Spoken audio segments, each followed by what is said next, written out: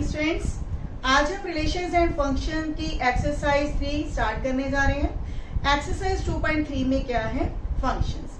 Functions के बारे में हमने अपने लास्ट लेक्चर के अंदर काफी डिटेल में पढ़ लिया था। फंक्शन किसको कहते हैं, फंक्शंस की टाइप्स क्या हैं, फंक्शंस की डोमेन रेंज क्या होती है। आज हम थोड़ा सा ब्रीफ में इसको रिवाइज कर लेते हैं। फंक्शन क्या था, फंक्शन एक मैपिंग है from the set A to B। तो ये फंक्शन जो है दो सेट्स के ऊपर काम करता है, दो सेट्स को ज्वाइन करता है। यानी कि दो सेट जो हमारे पास है A और B, इनका आपस में कनेक्शन करवाता है। अगर इसके बीच में हमारे पास एलिमेंट्स हैं 2, 3, 4, 5 एंड 6, 7, 8, 9, 10, 11, तो ये फंक्शन क्या करता है, एक एलिमेंट को एक एलिमेंट के साथ कनेक्ट करता है। ठीक है, तो यानी कि फंक्शन एक रिलेशन की तरह काम करता है जिसमें दो सेट्स के एलिमेंट्स का ऑर्डर पेयर बनता है। तो फंक्शन और रिलेशन में क्या डिफरेंस है, देखिए जो भी फंक्शन है वो एक रिलेशन सेट होगा, लेकिन सभी रिलेशंस फंक्शंस नहीं होते। तो कौन से रिलेशंस फंक्शन नहीं होते और कौन से रिलेशंस फंक्शन होते हैं, तो इसमें क्या फर्क है वो भी हम देख लेते हैं। एक रिलेशन सेट हम ऐसा ले रहे हैं जिसमें वो सेट है ऑर्डर पेयर्स का A और B, जिसमें हम ले रहे हैं कि जो A है that is equal to B square and A and B belongs to real numbers. तो यहाँ पे आप देखेंगे कि ये हमारे पास दो रियल नंबर्स के सेट है, तो A की वैल्यू हमारे पास किसके इक्वल है, B स्क्वायर के इक्वल। तो यहाँ पे अगर हमारे पास रियल नंबर 0 है तो उसकी कनेक्टिविटी 0 के साथ होगी। क्लियर है, क्योंकि 0 का स्क्वायर भी हमारे पास 0 होगा।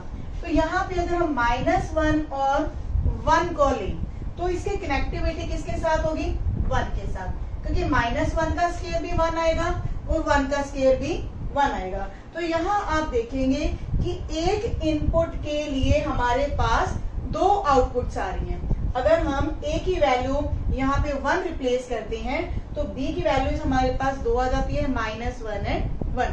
तो इस तरह जो रिलेशन सेट जिनमें हमारे पास एक इनपुट के लिए दो आउटपुट्स आ जाती हैं, वो रिलेशन हमारे पास फंक्शन नहीं होंगे। तो फंक्शंस के लिए ये जरूरी है कि एक इनपुट के लिए सिर्फ एक ही आउटपुट होनी चाहिए। तो ये मेन रूल है फंक्शंस के लिए। उसके बाद हमने देखा कि ये जो हमारे दो सेट्स हैं A और B, तो A सेट हमारे पास फंक्शन का डोमेन होगा और B सेट हमारे पास क्या होगा, that will be called as codomain. Clear है। तो अब जो हमारे पास डोमेन है इसका काम क्या है, जो भी हम फंक्शन लेते हैं, मान लीजिए हमने फंक्शन लिया f(x) is equal to x² + 1 और ये हमारे पास जो भी आउटपुट होती है उसको हम ले लेते हैं y। तो ये डोमेन क्या करती है, जब भी हम x की वैल्यू को डालते हैं तभी हमारे पास कोई आउटपुट आती है। तो हम ये देखते हैं कि जो फंक्शन की वैल्यूज है उस x की वैल्यूज के ऊपर बाउंड हो जाती है। तो फंक्शन एग्जिस्ट करना चाहिए x की वैल्यूज के ऊपर। तो डोमेन के अंदर हम यही देखते हैं कि कौन सी वैल्यूज के लिए, x की कौन सी वैल्यूज के लिए फंक्शन एग्जिस्ट करता है। मान लीजिए हमारे पास फंक्शन है f(x) = 1/x। तो यहाँ पे हम देखेंगे कि फंक्शन किन वैल्यूज के ऊपर एग्जिस्ट नहीं करता। अगर हमारे पास x की वैल्यू 0 होगी तो फंक्शन की वैल्यू क्या आ जाएगी, f0 will be equal to 1/0। तो क्या 1/0 ये कोई फाइनाइट वैल्यू है, नहीं, ये हमारे पास इनफाइनाइट वैल्यू आ जाती है। तो हम इस तरह से ये कहेंगे कि ये जो फंक्शन है x की वैल्यू 0 के ऊपर एग्जिस्ट नहीं करता। तो यही चीज है डोमेन के अंदर कि जो x की वैल्यूज हैं फंक्शन उनके ऊपर एग्जिस्ट करना चाहिए। तो ये तो हुआ डोमेन का काम। अब कोडोमेन का काम क्या है, जब हम डोमेन के अंदर से कोई वैल्यूज हम फिलअप करते हैं फंक्शन के अंदर, या फिर ये कह रहे हैं कि ये हमारी इनपुट है, तो इनपुट के बाद हमारे पास क्या कैलकुलेट होकर आता है, आउटपुट्स। तो जब आउटपुट्स आती हैं तो वो हमारे पास उनका जो सेट होगा उनको हम कहते हैं रेंज। रेंज क्या है? This is the set of outputs. और दूसरे शब्दों में हम ये भी कह सकते हैं कि जो डोमेन के एलिमेंट्स है उनकी इमेजेस के सेट को हम रेंज कहते हैं। तो जो रेंज है that should be the subset of codomain, क्योंकि ये जो रेंज आती है हमारे पास, या फिर ये कह लो जो भी आउटपुट्स आती हैं वो किस सेट को बिलोंग करेंगी? कोडोमेन को, क्योंकि हमारे पास सिर्फ दो ही सेट हैं, ए एंड बी, जिसमें से एक हमारा डोमेन होगा, दूसरा हमारा कोडोमेन होगा। तो जो भी हमारी आउटपुट्स आती हैं उनका जो सेट होगा वो हमारे पास रेंज होगा, लेकिन जो रेंज है किसका एक पार्ट होगी? वो सेट बी का पार्ट होगी। तो इस तरह से ये आपको क्लियर होगा कि डोमेन क्या है, कोडोमेन क्या है और रेंज क्या है। ये तीन मेन चीजें हैं जो इस एक्सरसाइज के अंदर आज हम कैलकुलेट करेंगे। तो ये तीनों चीजें जो हैं किसी पर्टिकुलर फंक्शन के लिए हम सॉल्व करने जा रहे हैं कि फंक्शन हमारा मॉडुलस फंक्शन है या इरेशनल है या फिर रैशनल फंक्शन है, तो उनके लिए डोमेन, रेंज और कोडोमेन क्या होंगी। तो चलिए स्टार्ट करते हैं। तो इसमें हमारी जो फर्स्ट एग्जांपल है वो क्या है? एक्सरसाइज से पहले हमारे पास दो एग्जांपल्स हैं। Example number 16 is fx is equal to x square and gx is equal to 2x plus 1। तो यहाँ हमारे पास दो फंक्शंस हैं fx and gx। Find f plus g of x। अगला कि अब हमने दो फंक्शंस की एडिशन लेनी है। तो हमने अलजेब्रा में पढ़ा था, अलजेब्रा ऑफ द फंक्शंस में, कि दो फंक्शंस की एडिशन पॉसिबल है। तो सिंपल है कि हमने fx की वैल्यू भरनी है, यहाँ पर x स्क्वायर है और gx क्या है हमारे पास? 2x plus 1। तो इस तरह से दो फंक्शंस की जो एडिशन है वो हमारे पास ये आएगी x square plus 2x plus 1। Now we need to calculate f minus gx। तो ये हमारे पास दो फंक्शंस की सब्ट्रैक्शन है। मेन चीज क्या है इसमें कि फर्स्ट हमारे पास f है, सेकंड हमारे पास माइनस g है। तो यहाँ पे हमने क्या करना है? fx की value x square minus of gx। तो gx की हमारे पास वैल्यू है 2x प्लस 1। तो x स्क्वायर में से हमने ये घटाना है, तो ये आ जाएगा x square minus 2x minus 1। क्योंकि ब्रैकेट के बाहर हमारे पास माइनस साइन है, तो माइनस क्या करेगा? अंदर की जितनी भी टर्म्स हैं उनके साथ मल्टीप्लाई होगा। तो यहाँ पे प्लस है तो प्लस इंटू माइनस 1 तो माइनस 1। क्लियर है? Now third is F G of x. Multiply है दो फंक्शंस की, तो यहाँ पे हम क्या लेंगे? एफ एक्स इंटू जी एक्स। तो फंक्शन एफ एक्स हमारे पास है एक्स स्क्वायर, तो मल्टीप्लाई में है जी एक्स। तो आप ये जो एक्स स्क्वायर है इसको अंदर मल्टीप्लाई करेंगे, एक्स स्क्वायर इंटू एक्स, तो एक्स की पावर हमारे पास 3 हो जाएंगी और 1 into x square x square. तो ये हमारे पास दो फंक्शंस की क्या ये multiplication. Now division f upon g of x। ये सिंपल है, रैशनल फंक्शंस की तरह f x अपॉन जी एक्स। f x हमारे पास क्या है? x स्क्वायर और g x क्या है? 2x plus 1। लेकिन साथ में हमारे पास जो रैशनल फंक्शंस की कंडीशन है कि जो gx है वो 0 नहीं होना चाहिए। तो ये जो वैल्यू है 2x प्लस 1 0 कहाँ पे होगी? When x is equal to minus half. तो ये हमारे पास इसके बराबर नहीं होनी चाहिए, क्योंकि हमने लिखा है कि gx should not be equal to 0। ये कंडीशन है, gx should not be equal to 0। Denominator हमारा नॉन 0 होना चाहिए। तो ये वैल्यू जो होगी x की कौन सी वैल्यू के ऊपर 0 आएगी? आप इसको इक्वल टू 0 रख के देख सकते हैं, 2x प्लस 1 इक्वल टू 0। तो वहां से x की वैल्यू आएगी माइनस हाफ। तो हमने ये वैल्यू जो है एक्सक्लूड कर देनी है। तो इस तरह से 16 एग्जांपल में आपने सीखा कि दो फंक्शंस की एडिशन, सब्ट्रैक्शन, मल्टीप्लिकेशन और डिवीजन को हमने कैसे सॉल्व करना है। Now what is the 17 example? तो सेम है 17 एग्जाम्पल में भी, वो आप खुद ट्राई करेंगे। उसमें भी हमारा अलजेब्रा ऑफ द फंक्शंस ही है, सिंपल है, एडिशन, सब्ट्रैक्शन, मल्टीप्लिकेशन और डिवीजन। तो बिल्कुल 16 एग्जाम्पल की तरह प्रोसीड करेंगे। Now exercise questions are 2.3। First question, Which of the following relations are functions? तो हमने ये डिस्कस किया था कि कौन से रिलेशंस फंक्शन होते हैं और कौन से रिलेशंस फंक्शन नहीं होते। तो हमने सिर्फ एक ही लाइन याद रखनी है, one input has only one output. तो एक इनपुट के लिए सिर्फ एक ही आउटपुट होनी चाहिए। तो हम ये देखेंगे एरो डायग्राम से इजी हो जाएगा इस क्वेश्चन को सॉल्व करना। First part is 2 1 order pairs है सेट के अंदर हमारे पास 5 1 8 1 11 1 14 1 एंड 17 1। तो हमें पता है रिलेशन सेट के अंदर क्या होता है कि जितने भी हमारे पास फर्स्ट प्लेसेस होती हैं ऑर्डर पेयर्स में, वो सब डोमेन होती हैं, और जो हमारे पास सेकंड प्लेसेस के ऊपर वैल्यूज हैं वो सब इसमें आती हैं रेंज के अंदर। तो रेंज में हमारे पास सिर्फ 1 है और यहाँ पे हमारे पास पॉइंट्स हैं 2 5 8 11 14 एंड 17। तो कनेक्टिविटी हम चेक करते हैं। पहले ऑर्डर पेयर हमारे पास क्या है, 2 1 का ऑर्डर पेयर है, देन 5 1 8 1 11 1 14 1 एंड देन 17 1। तो यहाँ पे हम देखते हैं कि एक इनपुट की एक ही आउटपुट होनी चाहिए। तो ये हमारे पास 2 है, इसकी कितनी आउटपुट है 1।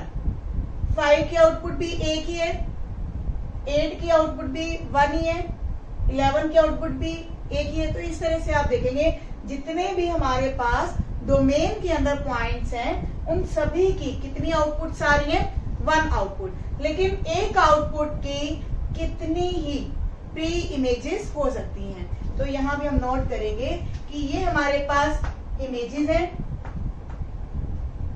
तो इमेजेस के पीछे अगर हम जाते हैं तो ये हमारे पास क्या होंगी, प्री इमेजेस, यानी कि 1 की प्री इमेज क्या है, दैट विल बी 2 5 8 11 14 एंड 17। यानी कि इमेजेस की एक इमेज की कितनी भी प्री इमेजेस पॉसिबल है, लेकिन एक पॉइंट की या एक एलिमेंट की, डोमेन के किसी भी एलिमेंट की हमारे पास सिर्फ एक ही इमेज होनी चाहिए। क्लियर है ये बात? तो फर्स्ट पार्ट में हमारे पास क्या ये फंक्शन है? यस, ये फंक्शन है। Now what is in second part? तो सेकेंड पार्ट में भी हम एरो डायग्राम लगाकर चेक कर सकते हैं। सेकेंड पार्ट में हमारे पास सेट है 2 1 4 2 6 3 8 4 10 5 12 6 एंड 14 7।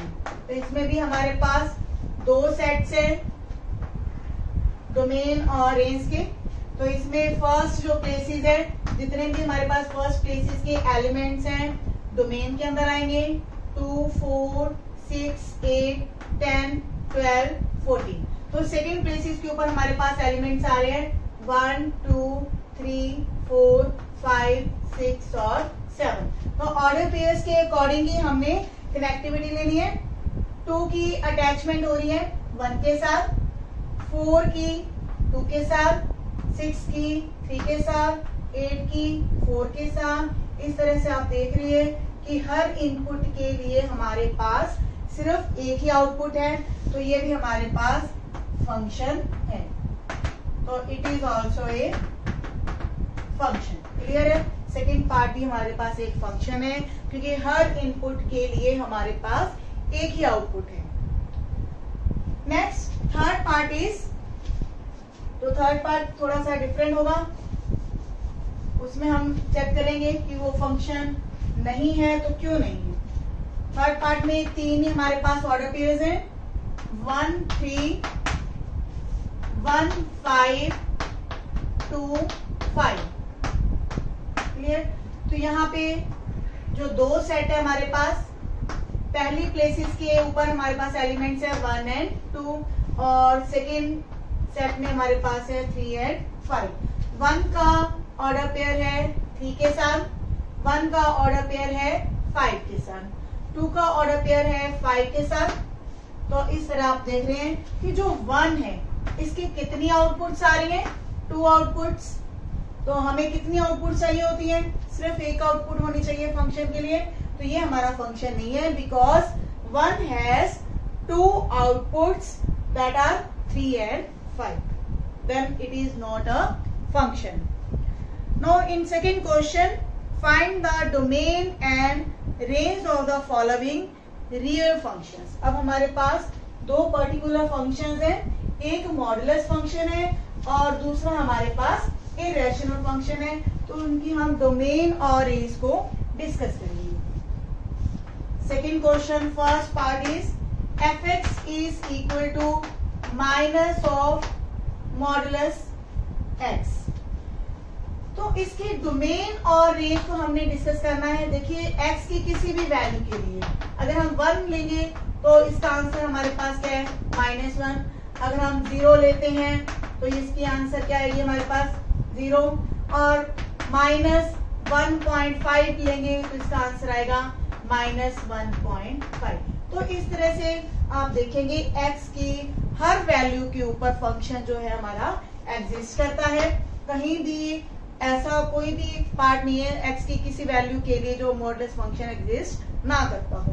तो यहाँ पे हमारे पास डोमेन ऑफ द फंक्शन क्या आएगी, that is the set of real numbers. Domain will be the set of real numbers. Clear है। डोमेन का काम ही यही है कि फंक्शन एग्जिस्ट करना चाहिए x की वैल्यूज के ऊपर। तो ये हमारा डोमेन क्लियर हो गया। Know what is the range of function. Range क्या है, देखिए मॉडुलस फंक्शन हमेशा पॉजिटिव वैल्यू देगा। मॉडुलस क्या करता है, किसी भी x की वैल्यू के ऊपर उसको पॉजिटिव करता है। तो चाहे वो पॉजिटिव वैल्यू है चाहे वो नेगेटिव वैल्यू है, मॉडुलस की वैल्यू हमेशा हमारे पास क्या आएगी, पॉजिटिव। लेकिन अगर हम माइनस से मल्टीप्लाई करेंगे तो हमारी जो बीच की इनक्वालिटी है वो चेंज हो जाती है। तो minus of modulus x that will B negative. तो इसका मतलब ये हुआ जो हमारा रेंज है, range of the function that will B -∞ to 0, क्योंकि ओनली हमारे पास रियल नंबर्स ही आएंगे। जब हम x की रियल वैल्यूज को फिलअप करेंगे हमेशा जो हमारे पास आउटपुट आएगी वो क्या आएगी, एक नेगेटिव रियल नंबर आएगी। तो आप ये कहेंगे कि जो रेंज ऑफ द फंक्शन है वो क्या है, -∞ to 0, और 0 के ऊपर हमने क्लोज इंटरवल लिया, क्योंकि जब हम x की वैल्यू 0 लेंगे तो फंक्शन हमारा क्या होगा, इक्वल टू 0 होगा। तो इस तरह से ये हमें डोमेन और रेंज क्लियर है। डोमेन क्या है, सेट ऑफ रियल नंबर्स, और रेंज क्या है, -∞ to 0। अब हम डिस्कस करेंगे सेकेंड पार्ट। सेकेंड पार्ट में फंक्शन है हमारे पास √9 - x।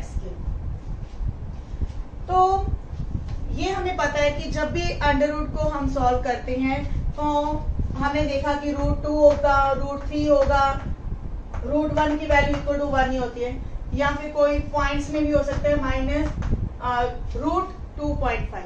लेकिन माइनस जो है फंक्शंस के लिए नहीं है। तो फंक्शन में जो x की वैल्यूज हैं या इसकी जो रेंज है वो हमारे पास रियल नंबर्स में ही होना चाहिए।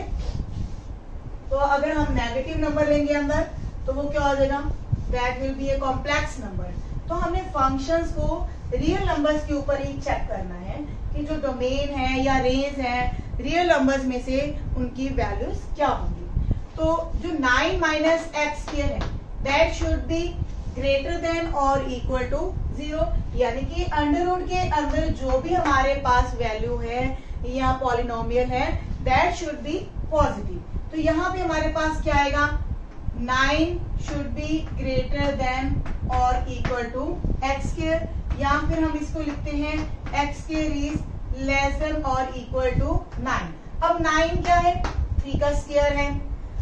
एक्स स्क्वायर की वैल्यू 3 के स्क्वायर से लेस देन और इक्वल है, तो यहां से हमारे पास एक्स की जो लिमिट है या फिर ये कह सकते हैं जो इंटरवल आएगा हमारे पास वो क्या आएगा, -3 to 3। आप चेक कर सकते हैं रियल नंबर लाइन के ऊपर, ये हमारे पास 0 है, -3 होगा, यहाँ पे कहीं 3 होगा। अगर हम ये इंटरवल लेंगे तो -4 आप चेक करें, -4 का स्क्वायर क्या आएगा, 16। तो जो 16 है that can never be less than 9। Clear है? तो इस इंटरवल में कोई भी आप वैल्यू लेंगे तो उसका स्क्वायर जो होगा 9 से लेसर नहीं होगा। इसी तरह जब आप इस इंटरवल में जाते हैं 3 to इनफाइनाइट, यानी कि 4 ले या 5 ले या 6 ले या कोई नॉन इंटीग्रल वैल्यू ले, तो भी उसका जो स्क्वायर है वो 9 से लेसर नहीं होगा। तो हमारे पास जो इंटरवल आएगा दैट विल बी -3 to 3। तो ये हमारे पास सॉल्यूशन है। एक्स की जो वैल्यूज आएगी -3 to 3 आएगी, तो ये हमारे पास डोमेन है फंक्शन की -3 to 3 in the close interval. Close interval क्यों लिया हमने, क्योंकि जो -3 है या 3 है उसकी वैल्यू भी अगर हम यहाँ पे लेते हैं तो फंक्शन की वैल्यू हमारे पास 0 आ जाती है, तो वो भी इनके ऊपर भी हमारे जो फंक्शन है एग्जिस्ट करता है। तो इसलिए जो डोमेन है वो क्या है हमारे पास -3 to 3। अब हम कैलकुलेट करेंगे range of the function. Range क्या होती है, हमने डिस्कस किया था, किसी भी इनपुट के लिए जो हमारे पास आउटपुट्स आती हैं उसका जो सेट है वो रेंज होता है। तो यहाँ पे हमें पता है कि fx इक्वल टू y है, सभी आउटपुट्स को हमने क्या मान लेना है, y। तो 9 minus x square in root is equal to y आया। तो यहाँ पे हमारे पास 9 minus x square will be equal to y square. तो y स्क्वायर क्या आएगा, sorry x square will be equal to 9 minus y square. तो यहाँ पे x आएगा 9 minus y square in root with plus minus. अब हमारे पास क्योंकि जो x है वो बाउंड कर दिया हमने -3 to 3। क्लियर है? तो यानी कि जो x है वो एग्जिस्ट कर रहा है इन वैल्यूज के ऊपर। तो y, ये जो 9 माइनस y स्क्वायर है अंडर रूट के अंदर है, तो ये हमारे पास क्या होगा, पॉजिटिव वैल्यू होगी, क्योंकि x हमारा एग्जिस्ट कर रहा है किसी डोमेन -3 to 3 के लिए। तो इस डोमेन के ऊपर जो हमारे पास वैल्यू आएगी रूट के अंदर 9 माइनस वाई स्क्वायर, ये हमारे पास पॉजिटिव होनी चाहिए। क्लियर है? तो यहाँ से सेम वही चीज हम रिपीट करेंगे, तो हमारे पास y बिलोंग्स टू आ जाएगा -3 to 3। लेकिन साथ में हमें ये भी पता है कि क्योंकि फंक्शन हमारे पास क्या इक्वल टू y, ये जो वैल्यू आई है रूट 9 माइनस एक्स के इक्वल टू y। अब क्योंकि किसी भी वैल्यू का जब हम अंडर रूट लेते हैं, इन वैल्यूज के ऊपर ही आप चेक कर सकते हैं, तो ये हमारे पास एक पॉजिटिव वैल्यू आएगी। तो y हमारे पास क्या आएगा, y will belongs to 0 to 3 only. Clear है? इसको हम स्प्लिट करेंगे बिकॉज y इज पॉजिटिव। जब हमारे पास y पॉजिटिव है तो हमारा जो इंटरवल आएगा वो इसको हम ब्रेक करने के बाद ये कहेंगे कि y बिलोंग्स टू 0 to 3। तो ये हमारी क्या है, रेंज ऑफ द फंक्शन है 0 to 3। तो इसका रीजन समझ आया आपको कि यहाँ पे 0 to 3 इंटरवल क्यों आया है, क्योंकि y हमारा पॉजिटिव है। किसी भी वैल्यू के लिए x की जो हमारे पास वैल्यूज आई है -3 to 3, इस इंटरवल में कोई भी आप वैल्यू लेंगे उसकी जो अंडर रूट वैल्यू है वो हमारे पास पॉजिटिव आएगी। तो y अगर पॉजिटिव है और इस इंटरवल को अगर हमने लेना है -3 to 3, तो रियल नंबर लाइन के ऊपर तो कॉमन रिजल्ट हमारा यही आएगा 0 to 3। तो ये हमारी रेंज है फंक्शन की। नेक्स्ट है थर्ड क्वेश्चन। थर्ड क्वेश्चन में हमारे पास क्या है, एक फंक्शन दिया हुआ है और फंक्शन की वैल्यूज को कैलकुलेट करना है। तो 1 मार्क्स के लिए ये क्वेश्चन आ जाते हैं कि अगर फंक्शन दिया है देन फंक्शन की वैल्यू क्या होगी x की पर्टिकुलर वैल्यू के ऊपर। तो थर्ड का एक पार्ट हम ट्राई करें, बाकी पार्ट्स आप खुद करेंगे। fx क्या है, 2x - 5। तो यहाँ हमने f0 को कैलकुलेट करना है। तो यहाँ अगर हम x की वैल्यू 0 लेंगे तो f 0 बन जाएगा हमारे पास।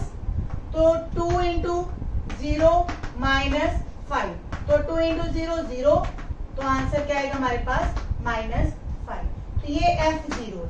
ये क्वेश्चंस हम 9th स्टैंडर्ड में भी कर चुके हैं, 10th में भी किए हैं। तो ये सेम वही चीज है कि किसी फंक्शन की वैल्यू क्या होगी, उस हमने क्या करना है, जस्ट x की वैल्यू को रिप्लेस कर देना है फंक्शन की।